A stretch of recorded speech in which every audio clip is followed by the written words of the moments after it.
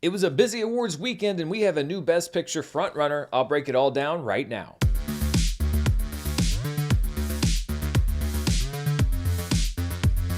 This episode's brought to you by Manscaped. Go to manscaped.com and use promo code Murrell for a special offer, and stay tuned after the video for more info. Hello everybody, I'm Dan Murrell here with a recap of a busy weekend on the awards circuit. The thing that I've been saying all year about the Oscar race is that it's really up for grabs. There's been no real frontrunner, especially since the decline of Emilia Perez over the last couple weeks. But after the awards last night and the night before, I think that we're getting maybe a little more clarity, at least for now, on who our current Best Picture frontrunner might be. So let's look at some of the major ceremonies, some of the winners, and what that might tell us about the Oscar race. And let's start with the 30th Annual Critics' Choice Awards, which took place on Friday night. I am a member of Critics' Choice, a voting member, so some of these were winners that I voted for, some of them weren't.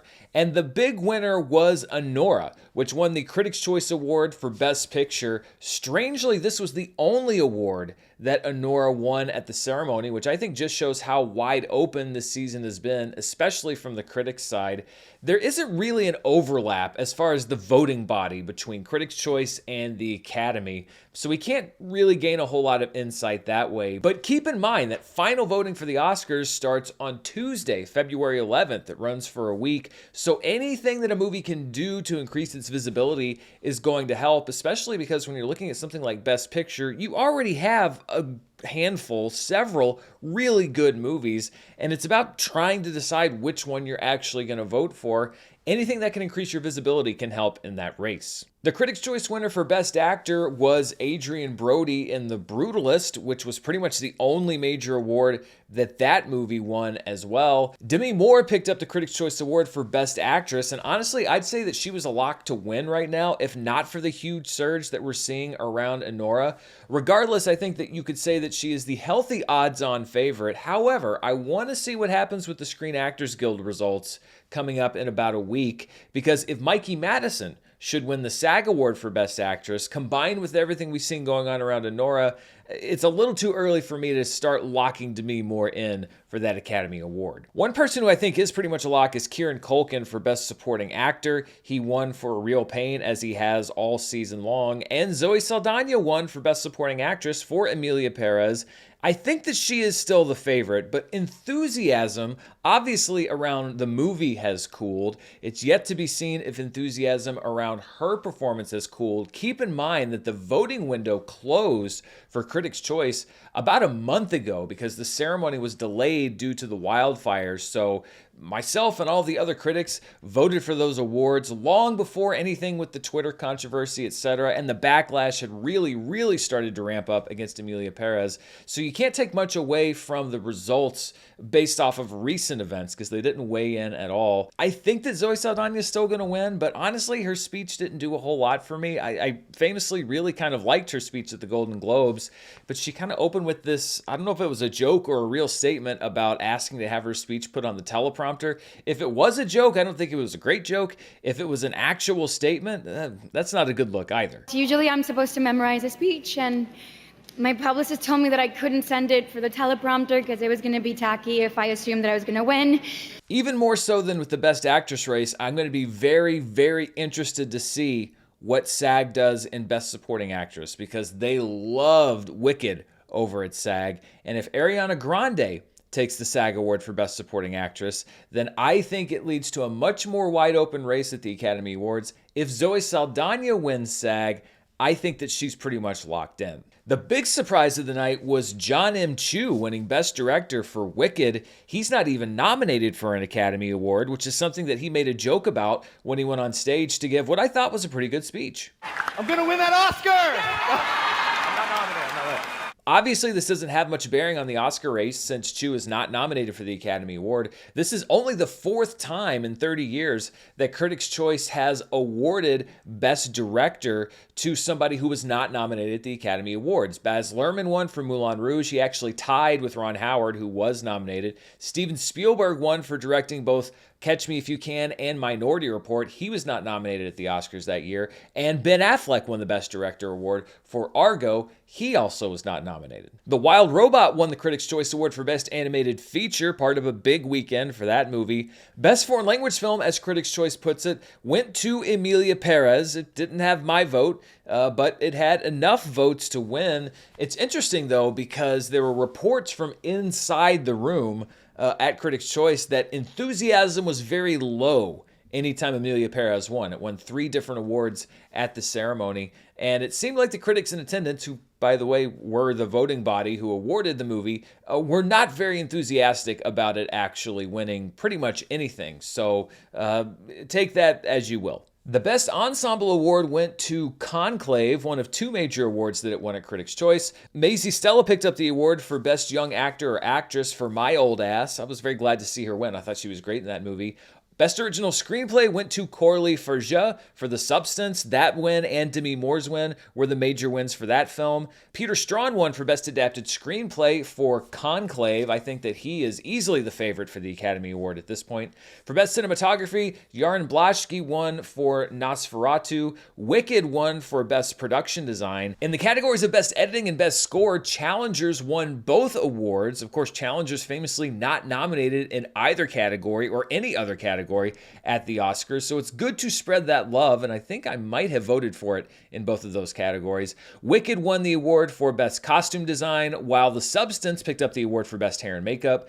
Dune Part 2 only won 1 award for Best Visual Effects. El Mal from Emilia Perez won Best Original Song, and there was a tie in the Best Comedy category between A Real Pain and Deadpool and Wolverine. Anora's win for Best Picture is the obvious big takeaway here from Critics' Choice.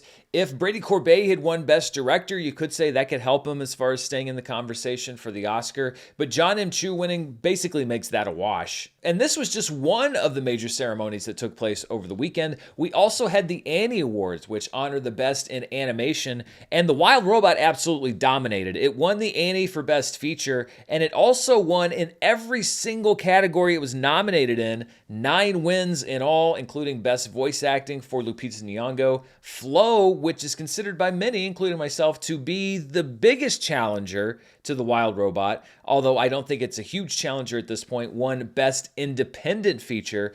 But really, The Wild Robot seems locked in right now. The Golden Globe was the only major award so far that it's lost out on, and I think that Flow is still hanging around, but I really couldn't give it more than, I'd say, maybe a 10% chance of winning unless we see some major sea change. It looks like The Wild Robot is going to be going home with the Academy Award. Then we had one of 2 major Guild Awards. These happened last night, the Directors Guild Awards and then the Producers Guild Awards. And remember, these guilds are huge pockets of the Academy. There is significant overlap between the voters in the Directors and Producers Guild and the voters in the Academy Awards, which is why I often take them a little bit more seriously than something like, say, the Golden Globes or Critics' Choice, as far as actual indicative awards for where the Academy might go. For example, at the DGA, the Directors Guild, 9 of the past 10 DGA winners for Best Director of a Feature Film have gone on to win the Academy Award for Best Director. The only person that didn't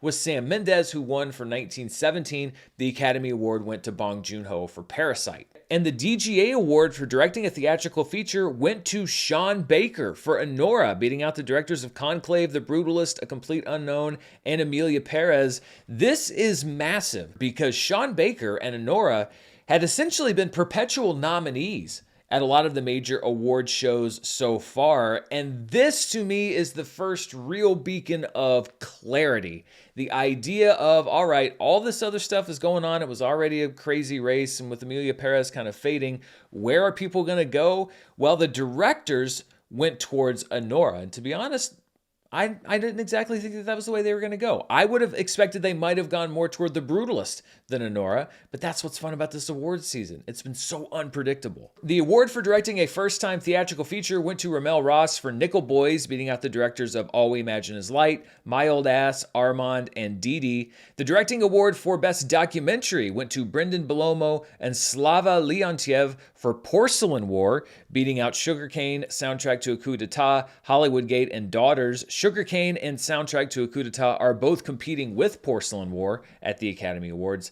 And this was great. Ang Lee received a Lifetime Achievement Award from the DGA, which is not given every year. This is actually just the third time in the last 10 years that the DGA has elected to hand out its Lifetime Achievement Award. The previous two winners were Ridley Scott and Spike Lee, so not bad company to be in. And then finally last night were the Producers Guild Awards, which are often seen as highly indicative of who will win Best Picture. 7 of the last 10 Best Picture winners have also won the Producers Guild Award, but it's not automatic. The Producers Guild awarded 1917 over Parasite. Parasite went on to win. They also gave The Big Short their award the year that Spotlight won Best Picture, and La La Land won the PGA Award the year that Moonlight pulled the upset and won Best Picture. And again, it's not just that it won one, it's that it won all of these. Anora won the award for Outstanding Producer of a Motion Picture. That award went to Sean Baker as well because he produced the movie, so he won a DGA and a PGA award in the same night. And this was competing against 7 other Best Picture nominees, so the competition was similar to the Oscars. This is often very indicative of the Oscars, and Sean Baker and Anora walked away the big winners. And again, this is massive because this isn't just one guild. This is now 2 major guilds that share voters with the Academy that are leaning toward Anora. Now, would this have happened regardless of any of the other stuff with Emilia Perez? I don't know. I don't know the exact voting deadlines and how much people are taking in, what was going on, because that situation's been changing day by day. But again, this isn't split. If PGA had gone to Anora and DGA had gone to The Brutalist, then I would say, well, it's as wide open as it's ever been. But now we are starting to see what seems to be a consensus emerge, keeping in mind, though, that we are still over a week away from voting closing at the Academy Awards. So there's no guarantee that the Oscars are going to go this way. The main thing to keep an eye on, and I'll give you the schedule at the end of this video, are the remaining guilds. The Writers Guild, the Screen Actors Guild. Pay attention to the BAFTAs because the BAFTAs oftentimes have some bearing, but again, there's not a whole lot of voter overlap. So that's more just an interesting who's in the conversation type award. And if it should pick up a Best Original Screenplay award from the Writers Guild and or Mikey Madison or Yura Borisov wins at the Screen Actors Guild, if it wins Best Ensemble at the Screen Actors Guild, now we're really cooking with gas. We got a stew going. So yeah, I would not have expected this to be where we were at the beginning of the weekend. If you were going to ask me to pick a movie that was going to really seize the momentum, I don't know if Anora would have been it, but it's also been one of the ones that's in the conversation from the beginning. Anora won the Palme d'Or at the Cannes Film Festival. It was an early favorite, and people have jumped around to this movie and that movie and this one here and there. And now we're circling all the way back around to the same movie that was getting buzz back in May. So when we look at all of these shows in totality, what does it mean overall for Anora's Oscar chances? Well, you never know because rules were made to be broken. But if you're going strictly by the numbers, dating back to 1990, the last time a movie won both the Directors Guild and Producers Guild Award and didn't win Best Picture was back in 2020 when 1917 lost to Parasite. It also happened in 2017 when La La Land lost to Moonlight. It happened in 2006 when Brokeback Mountain lost to Crash. It happened in 1999 when Saving Private Ryan lost to Shakespeare in Love. And it happened in 1996 when Apollo 13 lost to Braveheart. Although keep in mind, 3 of those Best Picture wins are considered to be some of the biggest upsets of all time in the Best Picture race. And when you expand that even more and look at movies that won the Critics' Choice Award for Best Picture, as well as DGA and Producers Guild, you're down to 3. Saving Private Ryan, Brokeback Mountain, and La La Land are the only 3 movies that won all 3 of those awards and did not win Best Picture. And again, when you narrow it down just to those 3, those are the big 3 upsets for Best Picture in the modern Oscar era. Although those have also been the years that most people, including myself, have been comparing this Oscar season to,